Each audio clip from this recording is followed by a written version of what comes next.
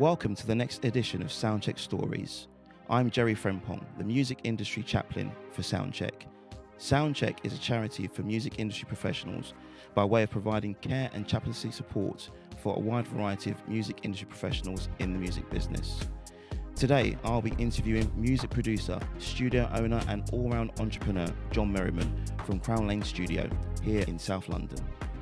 John has a long history in the music industry and is known for his expertise in music production, mixing, mastering and podcasting.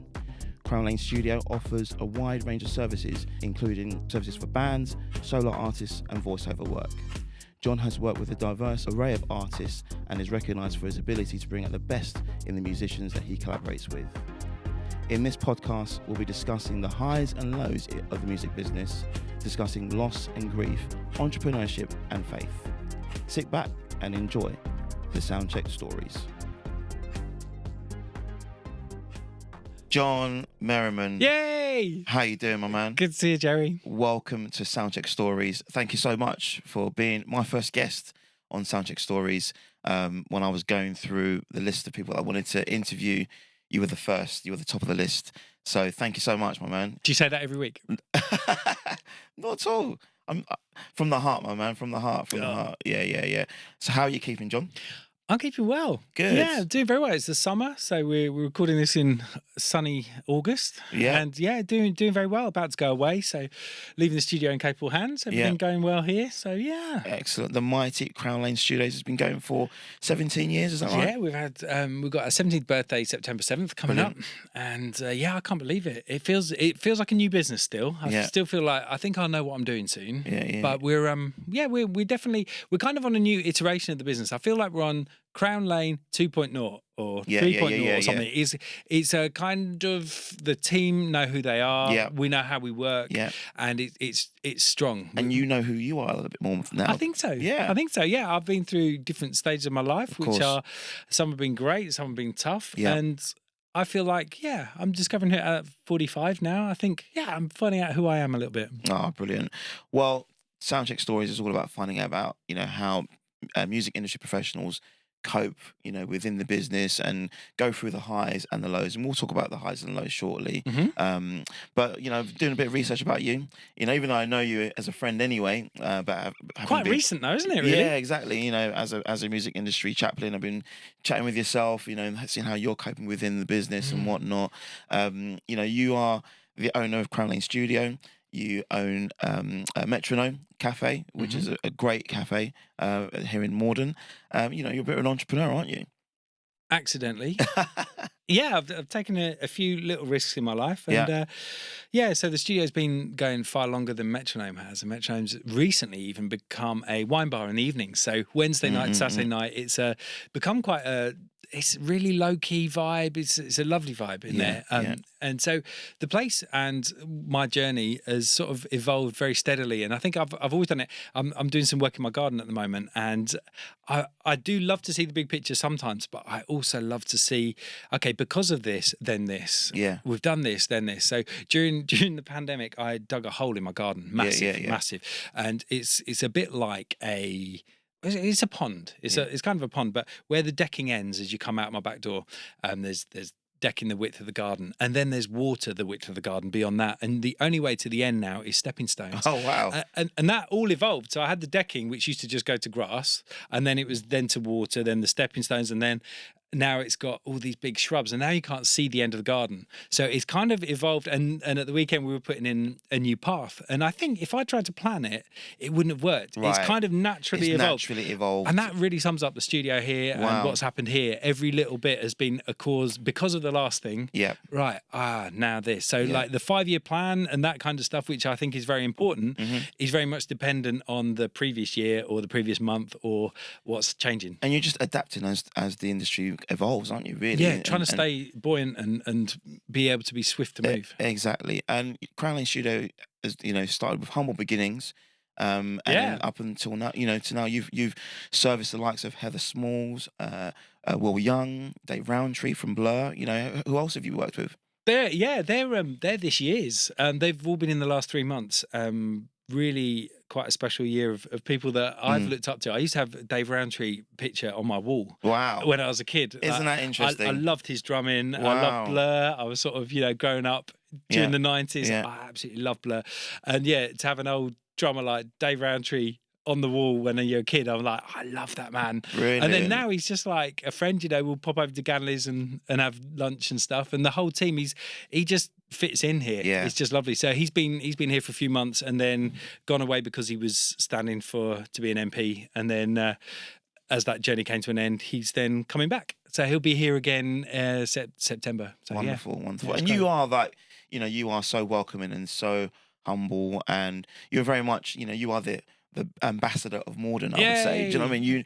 You know, not small pond. You're not only our neighbour at Soundcheck. We're just next door at Morden Baptist Church, but you're neighbour to everyone here. You used to were you the chair of the Chamber of Commerce? Is that right? So the Chamber of Commerce for the whole of Merton is a thing that I got involved with because I was running a little business network in Morden called Love Morden, and that was just to try and make Morden, which is quite a grim place when you look at it visually, try and bring some kind of life to it. And so we organised events around sort of like the Queen's Jubilee, and then we did I'm not a massive royalist, but that was a great event to bring the community together. And then we did Christmas light-up events, and the town had never had those. Wow. And then we did a huge fireworks. We did it illegally. We did a firework display in the centre of town. Seriously? Yeah, that was quite something. So don't try that at home. We've done a lot of stuff that's been really pushed the limits of how you can bring a community together. But then stuff in my life meant that I couldn't keep that going. Yeah. But during that time, I was asked if I would go on the board of the Chamber of Commerce. So that's representing business across the whole of Merton, which is Merton, for those of you that don't know, is in South London, and it encompasses Wimbledon, Morden, Collier's Wood, Mitcham, and it's a great place, very mixed. The west of the borough, very affluent, east of the borough, very poor. And when you bring those two together, you can get some brilliant things. And Morden sits right on the edge of that. It does, isn't it? And it's just amazing to see, when I'm out with you and we go for lunch or coffee and we're walking down the street and people are like, hey, John. Hey, John. I mean, that's an amazing testimony of who you are, and what you carry, and you're also a man of faith, aren't you? You have faith and things, and we'll talk about that, shortly, later on within. I also haven't moved, and I think a lot of people it's hard to afford to live in London, and so to stay in the same area that I grew up, I know, for you've got to know the area because of the same reason. Exactly. And you stay somewhere for long enough, and eventually you do become part of that, and that area becomes a part of you as well. Yeah. You mentioned your childhood in terms of having, Dave Rowntree on your wall, as a picture. I guess he was an icon, an idol for you, an inspiration. Yeah. So let's talk about your sort of childhood inspirations. What got you into music? I've always loved sound. Yeah. I've loved how sound makes me feel. And my dad couldn't play guitar very well, but he had a really nice guitar, which he's only recently sold, having not played it for the last 40 years. And I remember putting my ear on it, or just on the soundboard, and plucking the string and just loving how it made me feel. So simple. Yeah.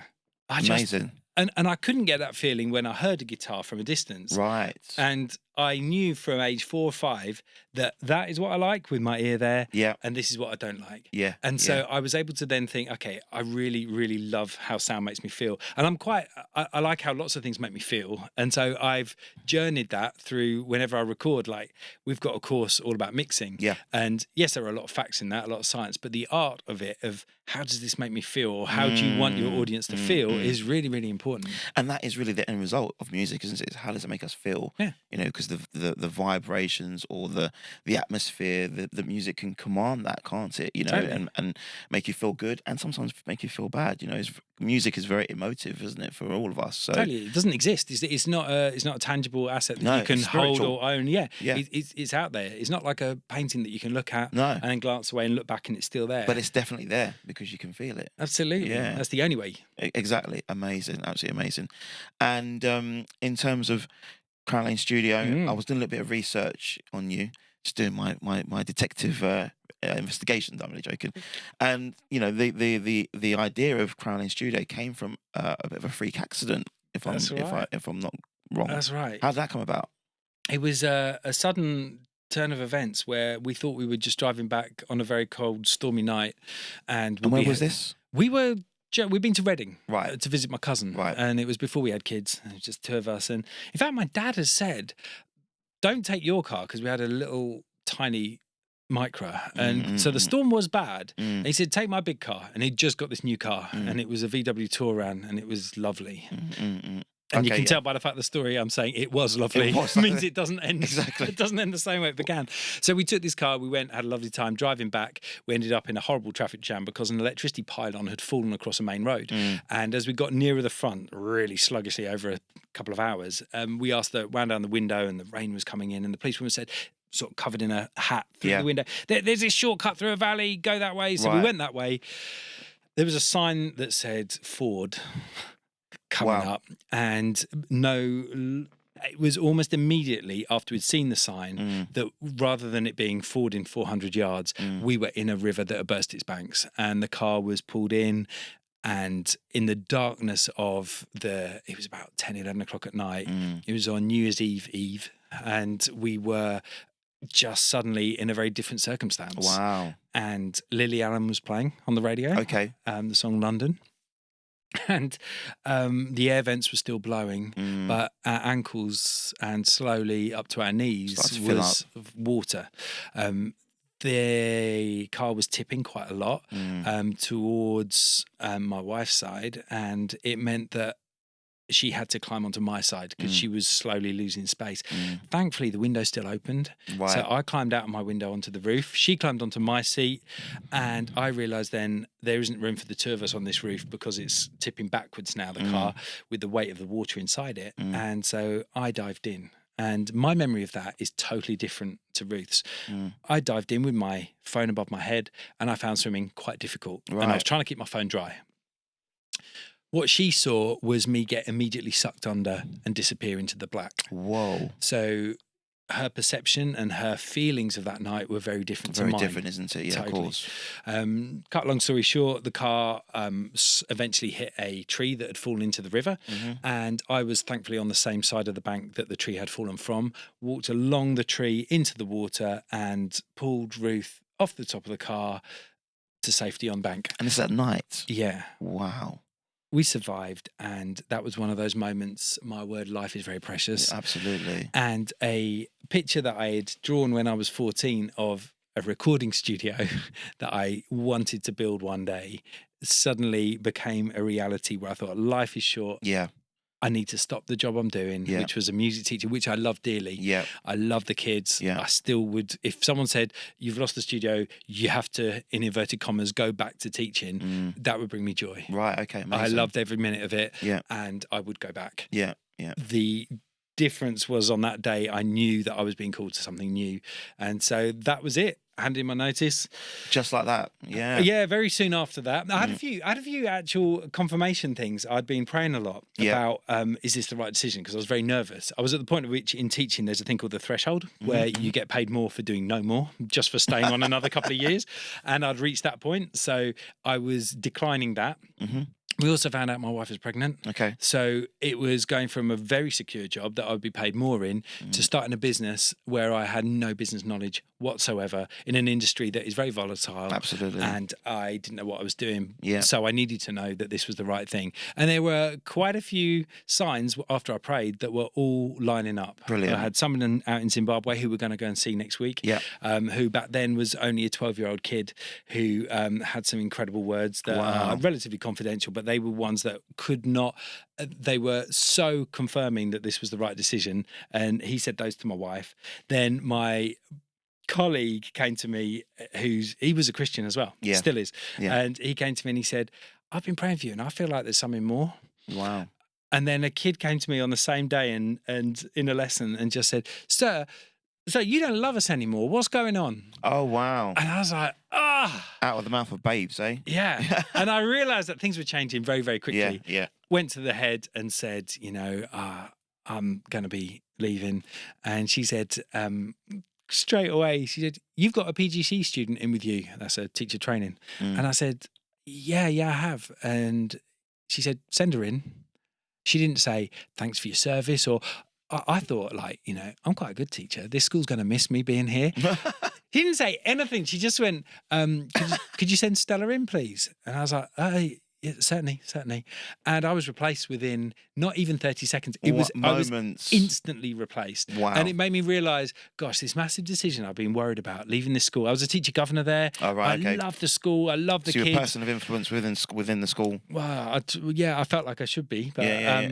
clearly, as soon as you go, I'm off. I don't know if I'm in God's will anymore, to put it in Christian lingo. Yeah. It was like, nah, this isn't the place for me anymore. I am replaced. Interesting. So it's been amazing. And she stayed there for many years afterwards and did a brilliant job with the school. So yeah, that was how Crown Lane started. And you said you had no prior business knowledge, experience. So this was a complete. I wish I had. This was a complete leap of faith. Yeah. Into the unknown. Absolutely. Of setting up a new business. So you've got your diagram of your studio that you've drawn. Yeah. How did that become a reality?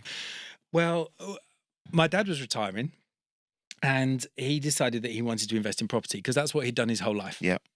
He'd worked up himself from collecting rent from estate agents, stayed with the same company since he was a kid. Wow. All the way through a recession where coming out the other side, he kind of accidentally ended up owning most of the shares of the business. So therefore, that business then meant that it paid him relatively well. Yeah. And he gives glory to God for all of that as well. It's not a thing that he's like, oh, I did that. No, of course. And I don't think it was from his business acumen, but he certainly taught me about risk and taking calculated risks. And I don't think people see my dad as a risk taker, but he really is. And he's helped me to take risks as well. Well, risk is faith in a sense, isn't it? Sometimes you don't know how it's going to happen, how it's going to turn out.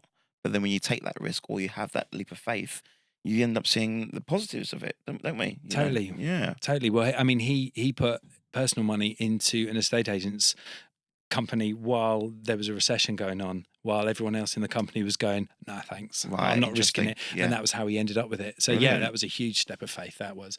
I don't think many people would know that. So yeah, huge shout out to the support that my parents have both been all the way through this. And I see that as a privilege to have people around me that have supported me absolutely all the way through. So yeah, they helped me at the beginning set up this very room that we're in, which was inside a car rental company that Dad had invested in. So the car rental company went bust. There was an empty shed. We built this room, fantastic, in it as a free floating studio. And then from that has come this room, the control room, then room 2, then room 3 that we built during the pandemic, then the coffee shop. So it's all came from this one room. And then from this room, from its inception of Metronome Studio, how did you get your first clients? How did that come about? And what sort of genres were you looking after? Well, what I did know was that you need to do some sort of PR work. You need to get out there. So I went to the local newspaper and I wrote myself a press release. Whoa, okay. And they published it. And the editor of the paper said, Wimbledon Guardian, can I come around and record a song? So I was like, yeah, of course you can. So she came down and I genuinely didn't know what I was doing. Wow. I hadn't, up until that point, I knew roughly, I'd done a degree in music. Right, but in terms of the running a commercial business, do I get her to sign something? Yeah. Or does she just come in and do it? What do I do about my reputation when what she sings isn't all that great? Yes. Is that good publicity or not? But thankfully it was the days before the internet was big. So she was doing this thing and we had, it was just going to be in the newspapers, so photos. Yeah. So we got a double page spread all about her experience here in a brand new business in Morden. So that was good. And from that, I got clients 1 and 2. Yeah. And I still know them both. But yeah, they were my first 2 cold contacts. But it's amazing how things have moved now. Absolutely. I think marketing was so easy back then. It really was. I think put a poster on a tree. Yeah. Put a thing in a newspaper. Putting out a newspaper and then the phone's just off the hook, isn't it? Nowadays, you've got to figure out all sorts of stuff. It's so finessed. Yeah. Everything is like these little marginal gains. Or you need to tweak your Facebook, your meta pixels. I know, and everything's so tiny little. Oh, and everyone needs paying as well. Yeah. Like, all the time. Those press releases, that was free. Yeah. So, yeah. And in terms of the services, so what services were you initially offering? We did whatever people asked for. I say I did whatever people asked for. And that taught me some of the biggest lessons. And I took on one particular job that I'm so embarrassed to talk about it. And I don't think I've ever shared this publicly. Okay, here we go. But I took on recording a symphony orchestra. In this little room? No. And I hadn't even factored in how I'd get there. I had a micro. How many were in the orchestra? 100. 100? At least 100. Oh my goodness. It was a full symphony orchestra. Wow. Yeah. I had an 8-track recorder and I had an 8-track analog interface into the Pro Tools rig that I'd just invested in. Yeah. So 16 channels. So I was like, I don't know how to do this. And I didn't sleep for multiple nights. And that was the telltale signs that I needed to learn some big business decisions, Yeah, i.e. sure. say yes to things that you know you can do, Yeah. or you know that the risk is worth it, Yeah. and start to learn to say no when things aren't. Absolutely, yeah. But to cut a long story short, yeah, I was there on the day having to try and record. I had 4-track recorders that I'd borrowed from lots of different people. 8-track recorders hidden like under the bassoons, under the cellos, under the everywhere that I could. Yeah. I had the big boom mic that's meant to be like, I don't know, 3 meters off the floor at the front. I was just using a vocal mic at its extremity. It looked like a giraffe, like leaning over to feed over the orchestra. Yeah. And it was kind of, everything was in the way, and I was using the wrong types of mics. But we did it. Borrowed somebody. I got a t-shirt design so that it looked like I was a proper company as well. Okay, It was yeah. that stage where I was like, and so I had to get one for this other guy that came and helped me as well. So he was just a work experience kid. So the whole thing was Fantastic. like early days of going, the recording was average at best. Yeah. Was the client happy? The client was happy because I think I'm quite winsome, and I was able to just win him over and say, we've done it for a really low cost. Yeah, sure. I mean, what more did he expect? Yeah. So I was looking back. Yes, I would never take on a symphony orchestra unless I knew. I mean, the nuances and what I know now is just amazing. Like, I love sound, and what I did then was so far removed from that, putting my ear on my dad's guitar and loving the sound. But what this displays of you, John, is your creativity, your innovation, your entrepreneurial sort of character, and just wanting to make the best of everything that is around you in order to provide a really great service. So did they come back to you for more? No, absolutely not. Okay. Absolutely not. No, and I'm that, as I say, this is the first time I've shared this. That is my kind of, I'm going to keep that hidden, that story, because but I think it's really important to share that in these kind of contexts. It's the learning, isn't it? And we can all learn from various experiences, whether they're positive or negative. In this, it's probably a bit in between, but you've learned from it, haven't you? Loads, yeah. And we made loads of mistakes here over the years, and it's really important that as a team we share them. And I think as well, in leading a business, there are 12 others that work here, and I think about the same, if I did, and that's across both parts of the business. If I didn't admit my mistakes, and I do it regularly and involve the team in it. So like even this, I was just chatting to the two who are working at the front today, just saying, I'm quite nervous about doing this podcast because it's quite a vulnerable thing. I can talk about what I know, but talking about me, this is the first time I've done that. So it's quite unique. But sharing that with them, I saw a different side to them as well. Sure. And they see a vulnerable side to me, which I think is really important. There is a strength in being vulnerable, though, I believe. I believe that when we're vulnerable, it just shows our humanity, and therefore we can help each other, in different ways and different capacities. So, this is why, why Soundcheck Stories exists, is really to see that vulnerable side to people within the music industry, so then we can be of help, to people like yourself, So, yeah, I mean, so far the story has been absolutely amazing. So fast forward to Crown Lane Studio now. You've got 12 staff. What services are you providing for your clients right now? Yeah, so just to clarify, the team are across both businesses. Yeah, so that's the hospitality side, and we've got, so it's like a music venue in the evenings and things. Yeah. So we have different events that go on. And that's Metronome for those who are watching and listening. So to explain what Metronome is. Yeah, so Metronome is our sort of entrance to the studio. So when I was 14, I drew my picture. I had a receptionist sitting behind a desk. Yeah. Well, I've developed that idea somewhat since then in the last few years. And we've now got a beautiful space, which that came about through a really low point in my life when my wife passed away, and Ruth had been so integral to everything here. And she'd been at home. She was the best mum.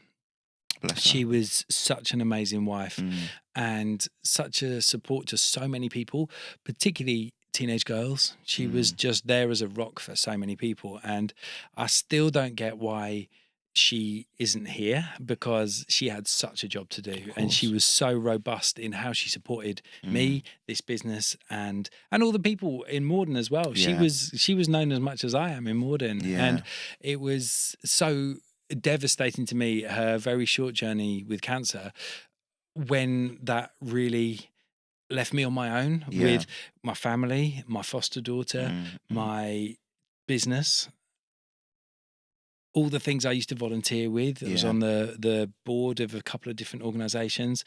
Yeah. I didn't really know what to do. And then the amazing friend who ran Torero, which was the coffee shop at the front, she then went, around the same time, do you know what? I can't do this either. Right. And that was my main entrance to my I business. see, So I that see. shut as well. So within 2 months of Ruth dying, I'd lost everything really. I couldn't do the business. I couldn't do it on my own. Bill, my colleague, at the time he retired. Well, he says he's retired. He was in yesterday. But my colleague, he just kept the business going through that time. He's just such a rock for me here and was so consistent. Billy's just someone who consistently worked in the background just to make it work. Yeah. He held this place together, and that place being empty, I did a lot of my grieving in that room, in this empty space at the front of the studio, and slowly an idea of space that would bring joy to the community that would be far more than a coffee shop came slowly evolving to my mind, a bit like how my garden was designed and how the studio was designed. And it was kind of, if this, then this, then this. Okay. And I got as far as realizing it needs to be a place where people can all face inwards. Yes. And it's not a coffee shop with a high up bit where people are on their laptops looking out. Everyone is in the same community. So in the space, there are no seats where you've got your back to the team. It does have that feel to it. I love Metronome. It's becoming my favorite. I really mean this, but becoming my favorite spot to come and have coffee and lunch. You know, so you really have created a real nice community space for people. And I just want to express my condolences and sorry for your loss. Of your wife. And if you don't mind, I wish you'd known her. I think I met her once or twice.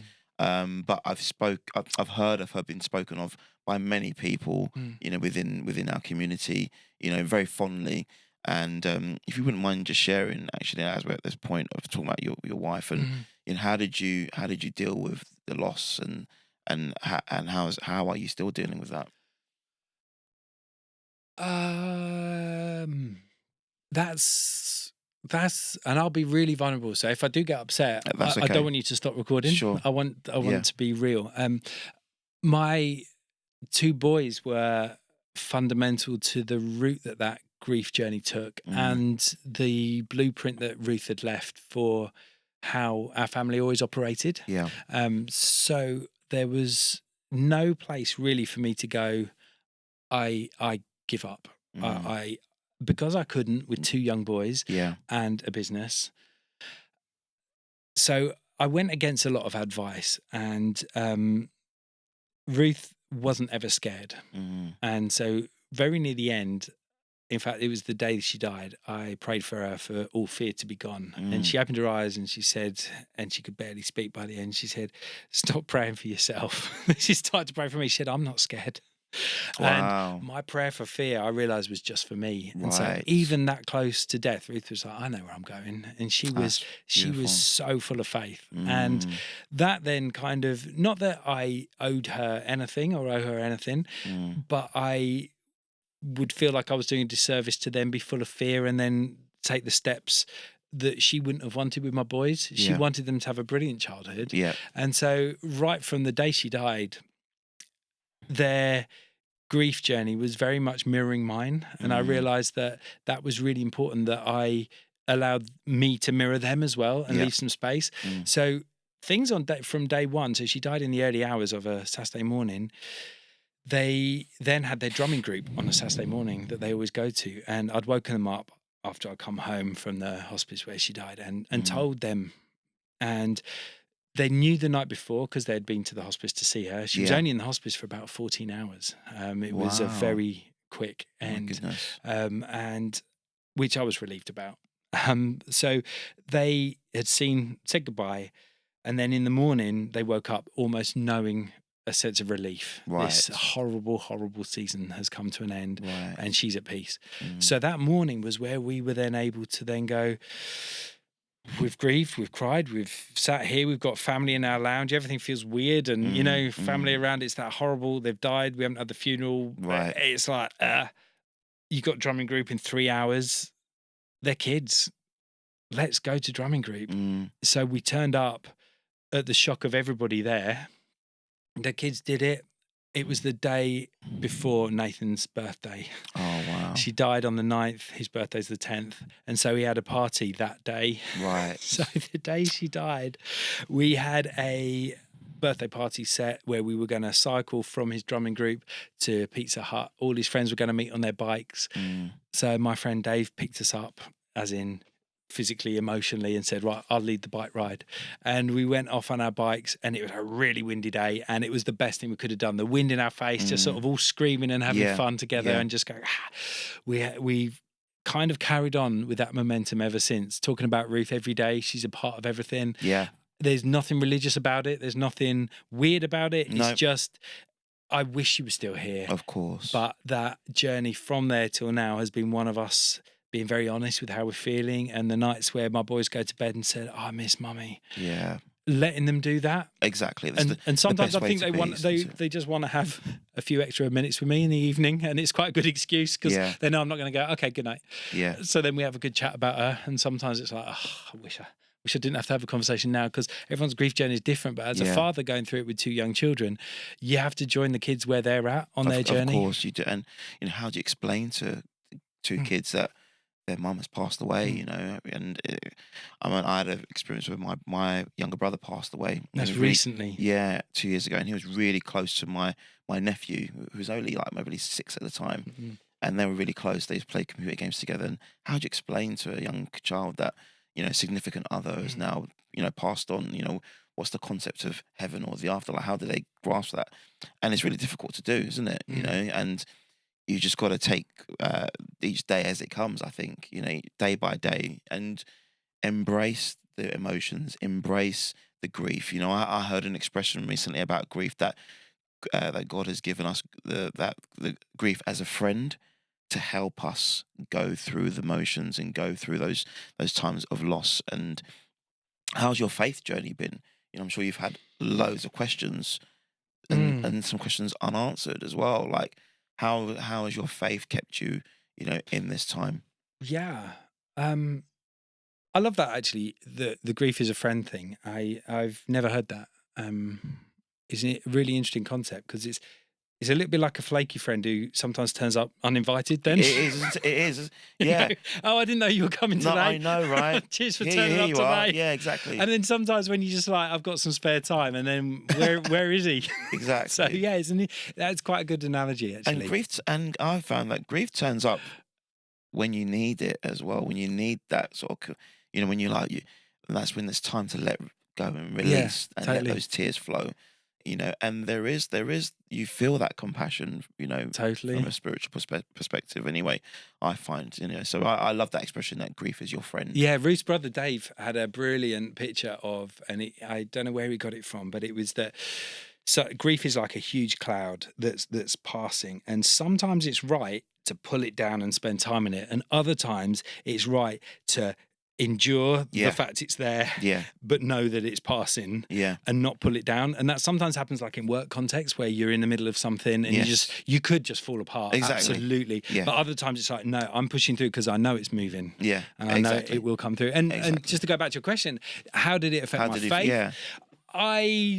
I've never blamed God. I will never understand. I don't understand. There's a bit in the Bible about it saying that the harvest is plentiful, but the workers are few. Yeah. I don't understand when someone like Ruth was so reliable and so there for so many people, why she's not here. Sure. Because what that really proves to me is that this is all not about us, because it's not now my job to try and take on more. Of course. It's not my job to try and take on all the young people that she was supporting and be there for all the particularly teenage girls who are now in their 20s that she was supporting. That's not my job. I can't do that. Yeah. But it's really shown me that God isn't a God of asking us to keep doing and doing and doing. Yeah. That's not how he works. No, exactly. So I don't understand him. No, I get it. There's no blame, and I know that's part of the grief cycle. Yeah. I've tried to blame other people, and I've lost a lot of friends. If I'm really honest in this, the friends that I thought were close, turn out not to be so much, and I've acquired some beautiful new people in my life. That is. It's not a journey I thought I'd be on. It's interesting, isn't it? How things turn out in the course of events, unfold. It is really, really interesting. And so with that, so where are you today? In terms of my faith, I'm in a good place. Yeah. I know that if in our marriage, Ruth was my number one and not God, and God's always been my number one. Yeah. And I mean that with all sincerity. Like, if you're not a Christian or anything, if you don't believe in anything, if your number one is your other person, then they disappear. What on earth is your life What are you built going upon? to do? What do you stand happens on? when they disappear? Exactly. And if the statistics are right that so many, more than 50% of marriages end, then therefore, if that is the number one thing in your life and it ends, your life is going to struggle. Yeah. So the fact that God has always been my number one means that my number one is still my number one. Yeah. So my life has changed a lot underneath that. Yeah. My kids aren't my number one. They know that. They're really special to me. Yes. But they're not my number one. Yeah. God remains my number one. And so my faith has remained through and is steady and strong. Loads of it I don't get. I don't get a lot of religion. I don't get a lot of why the church does what it does. I don't understand so much of it, but I do know that how Jesus lived his life is the only thing that makes sense to me. And it's about a personal relationship. That's all it is, isn't it? It's not about a church. It's a social club or anything like that. You got to tick a box. I hate that. It's a relationship. It's a daily thing, isn't it? Totally. Having a personal relationship with Jesus and having that faith and letting him speak to you in your moment, in your time when you need him. And it's not always about when things are going great, but it's also when things are not going great. That's relationship. Yeah. So I mean that's amazing to hear that you're really in a good space, and I can see it. I can see that you're in a good space. We've built a good friendship over the past couple. Well, I think so. I've loved meeting with you, Joey. It's been amazing. And actually, to turn to that, as a music industry chaplain for Soundcheck, you have been using the Soundcheck services, with myself. Yeah. How have you found them? Good, I hope. Absolutely. The last few months, I've had some big decisions to make, and having somebody there that is outside of my daily life is really helpful when you're running a business or any organization or anything. If you're self-employed, if what you're doing is on your own, if you're a DJ doing stuff, every decision you have to make yourself. And sometimes you can end up so far down a path that wasn't the one that you chose just because of some decisions a little way back. And to have someone from outside to be able to go, oh yeah, goodness me, of course. And someone to listen, it's been absolutely brilliant. Oh, amazing. I don't know where people get their decision-making skills from, because I'm not someone who can make decisions easily. I know Ruth was really good at that. Yeah. I'm not. Having somebody else around, that's been really incredible. And I really have valued our time together. Amazing. And I've really enjoyed, being with you as well, and seeing, God working in the midst of that, even when I least expect it, and when we're just having a chat, and I really appreciate your vulnerability and being honest and sharing some stuff, and how God's working in that way, and still is working within you, and it's got a lot more to open up for you as well, my friend. So yeah, amazing. And let's talk about the music business, because the music business has also changed. It's evolved over the years. It's gone from analog to digital, back to analog again, and in so many different ways. How do you, from a legal perspective, when people come to use your studio, where do people stand? Because you hear of some horror stories within the music business where people have made a track in the studio own 100% of the rights and all this sort of stuff. How do you navigate that with people that use your service? Everything here is totally transparent. We've even got a price calculator on the website that means people can themselves calculate exactly how much their project is going to cost, and they can press a lock it in button and they've locked it. Oh, brilliant. That is it. That's amazing. So we've tried to make sure that everything is transparent. Our terms and conditions and on the flip side of it, the staff handbook are totally robust as well. Yeah. We work on them all the time so that the staff the team here know exactly what their rights are. Yeah. But also the terms and conditions mean that artists know they own everything. They own absolutely everything. The only tiny little thing is that we've put we can use 60 seconds for our own promotional use, and that is it. Which is fair enough. But they own everything. Yeah, which is fair enough, because it works both ways. It's a win-win, isn't it, really?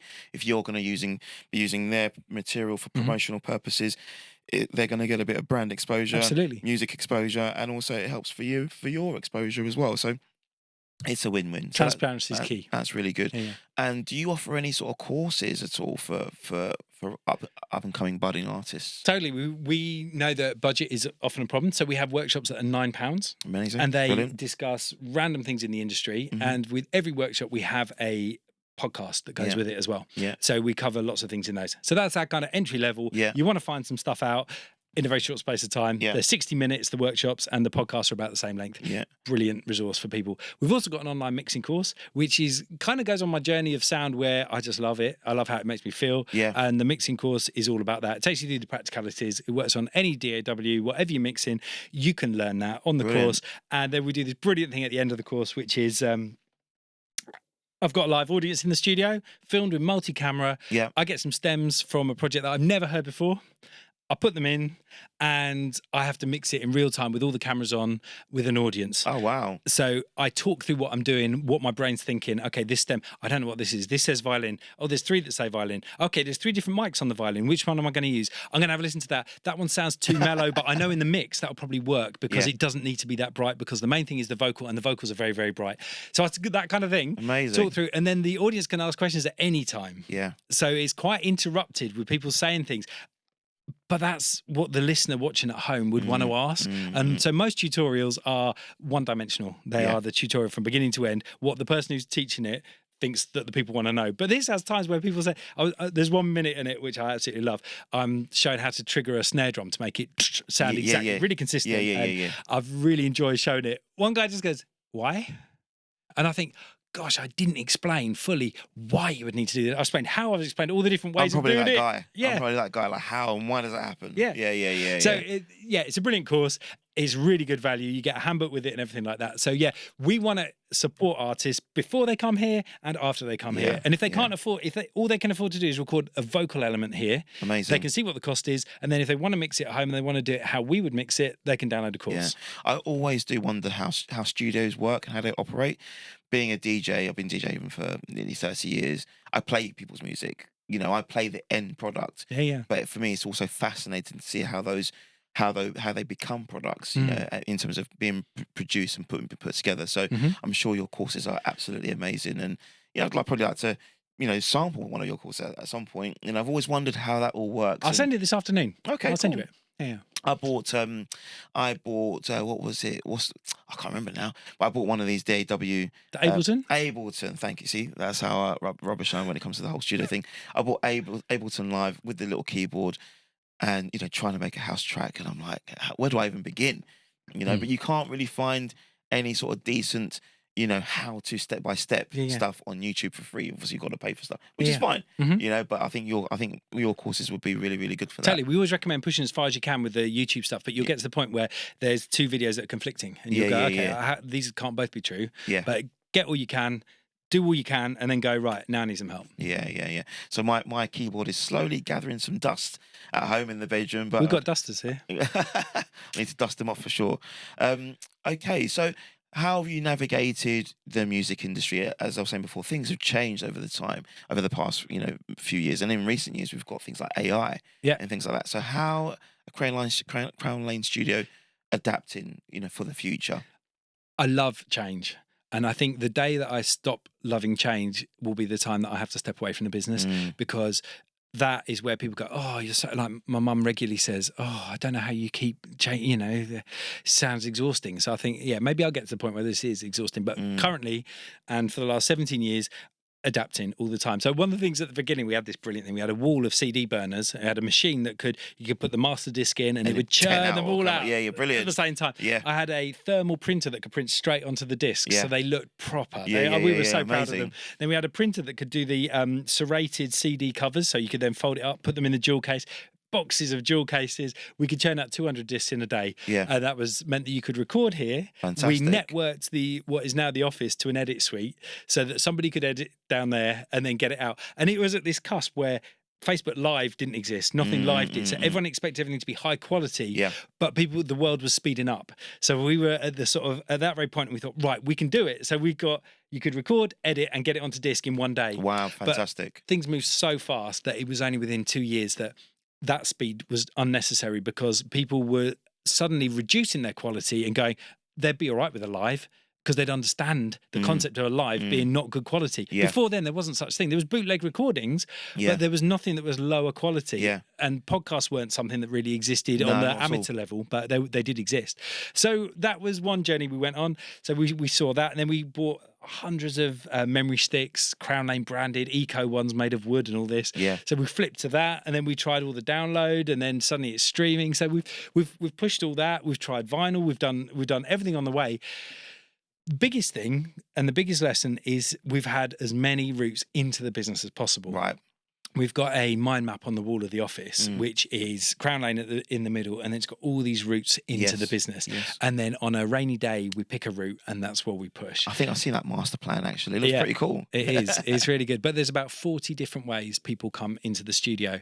And so that means our services have to evolve. And it means the ways we find those people has to keep evolving as well. But that is it. We're not going... If we were just trying to earn money from how we did 17 years ago, we would have gone bust years ago. Exactly. So we're always... In fact, we recorded the voice for TikTok. So one of the text to voice voices, it was the female, it's called something like peaceful. That's it. If you type in peaceful female for your text to voice on TikTok, it was all recorded here. Oh, wow. So we trained the AI here with a screen full of people across China and America who were helping us record this masses and masses of script.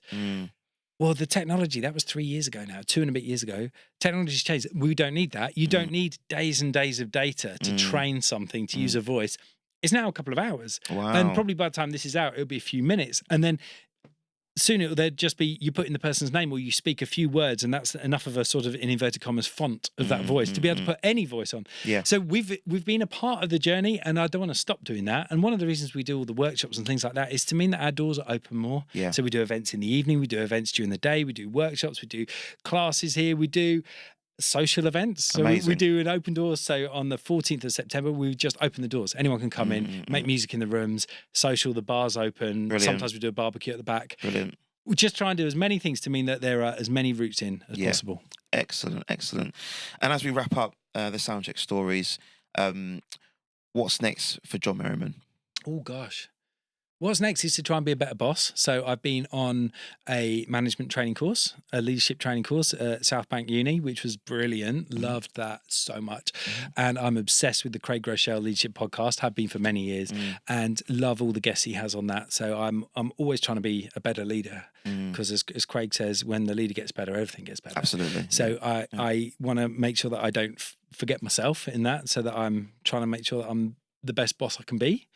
And for the studio, it's making sure that I'm very excited for the future here. We've got a lot of new things, and how we're investing in people here has changed a lot as well. So we've only got the one engineer, Chris, but then the team, we've got marketing and we've got the management and we've got me and we've got freelancers that come in. So it's a very different balance, but I believe that's the right decision for the future. So that's here. Then in Metronome, we've gone from being a coffee shop to now a wine bar in the evening. Fantastic. Events most nights. So much happening here. So much. It is a real It's an hub, exciting isn't place. it? Yeah. Yeah, it's a So real hub. everything's in a good place. Oh, well done. I'm really, really happy for you, John. And it's been wonderful to connect with you and to just find a bit more about you, you know, as a person and as an entrepreneur, as well as a musician. I want to finish off sort of the podcast with something I'm going to ask everyone at the end of the podcast is about prayer. And if you were to say a prayer, you know, right now, you know, for yourself or for the world, what prayer would that be? There's one word that's going around my head a lot at the moment, and it's polarization, and how we often put in positions where we have to make a decision one way or the other. And what's happening is that's making the world not a very pleasant place. So I realised on Facebook, I still use that occasionally, I'd hidden a lot of feeds from people who had opposing political views to me. Sure. And so my world was getting smaller and smaller, and actually quite dull. So I've opened up those friendships again, and I've seen a compassion for people who believe and think very differently to me. Sure. I think I'm always willing to change, and my prayer would be that we are able to live as a society where polarization stops even existing. Yeah. That would be my big audacious prayer that as churches, you wouldn't have churches that are more conservative or more liberal or whatever. You have churches that are okay with the fact that we're all different and that in that place we can have different views but still love each other. Exactly. And I don't know how that happens. Therefore, that's where it becomes a prayer and it becomes something that I give to God, because I don't really have the faith for that yet. But I do know that if I can be a part of the world becoming less polarized, then I need to pray that God makes that really clear how I am a part of that. Yeah. Wonderful. John, thank you so much for coming on to Soundcheck Stories, and thank you to all the guests who are watching on YouTube, listening on SoundCloud and other different platforms. Much appreciated. There you are. Yeah. And tune in to the next Soundcheck Stories. I'm Jerry Frempong. We'll speak soon. Thank you, and God bless.